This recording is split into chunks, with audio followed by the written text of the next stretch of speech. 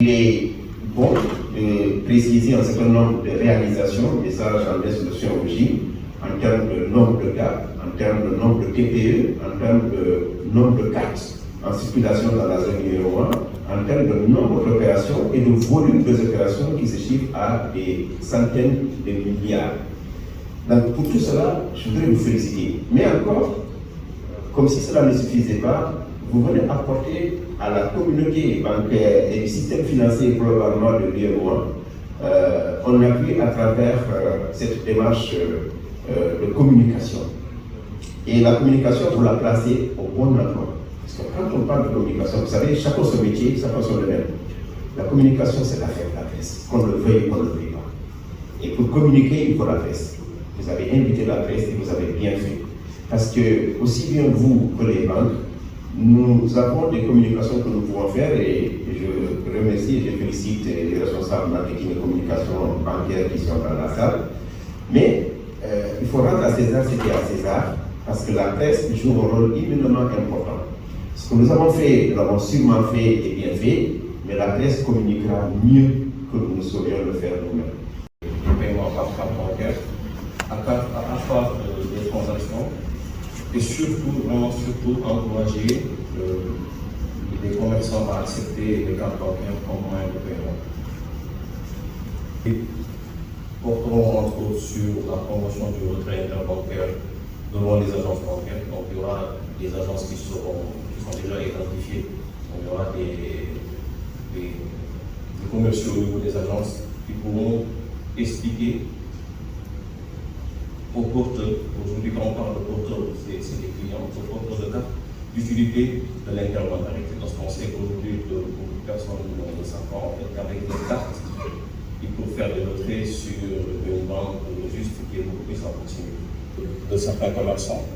Il y aura des commerçants de ces commerçants-là, il y aura la possibilité de cette campagne. Il y aura un jour et nous espérons en fait que cette animation commerciale portera ses fruits.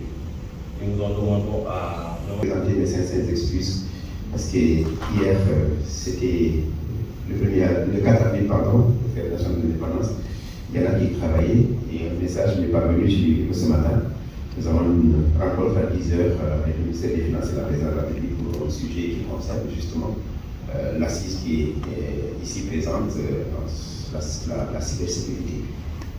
Quand on parle de politique, on pense également à la cybersécurité et je dois à ce niveau-là féliciter le DG du GIM qui m'a appuyé au niveau du pornographie quand j'ai proposé que le pornographie ouvre un chantier sur la cybersécurité afin que nous parvenions ensemble dans toute la communauté de l'UEMOA à harmoniser nos positions ainsi que nos stratégies dans les démarches pour lutter contre la cybersécurité, ce qui a finalement été approuvé par le Conseil des surveillances du pornographie. Alors, notre rencontre de ce matin est à l'initiative, M. Dem l'a rappelé, merci Djibril, du GIMIMOA. Je crois que le GIM n'est plus à présenter. Ce qu'il faudrait faire et le faire constamment et régulièrement, c'est féliciter le GIM. Le GIM est un modèle de concentration, c'est un modèle de partage, c'est un modèle communautaire parce qu'il appartient à l'ensemble des 8 pays de l'UEMOA.